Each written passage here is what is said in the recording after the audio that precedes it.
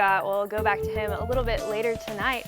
Well, in national news, President Trump said today that U.S. officials will be talking with their Iranian counterparts next week in the wake of U.S. strikes on Iran's nuclear sites. But questions remain about the extent of the damage to Iran's nuclear program. Erica Brown has the latest. Tremendous things have been accomplished. President Trump says the U.S. will meet with Iran next week as the fragile ceasefire between Israel and Iran holds for now.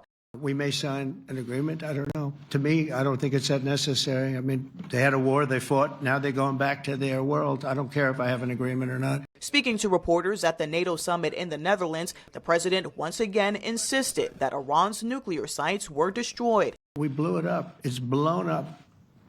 To kingdom come. But questions remain about how much damage the U.S. missile strikes did. An early leaked classified assessment from the Defense Intelligence Agency found the strikes may have only set back Iran's nuclear program by a few months, while an Israeli assessment found the strikes took years of Iran's nuclear capabilities.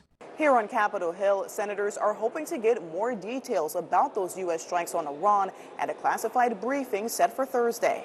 What is the state of those facilities? What is the timeline in which Iran could try to break out and build a bomb? We have a lot of serious questions that demand serious answers, not the kind of inconsistent political spin that we've been hearing.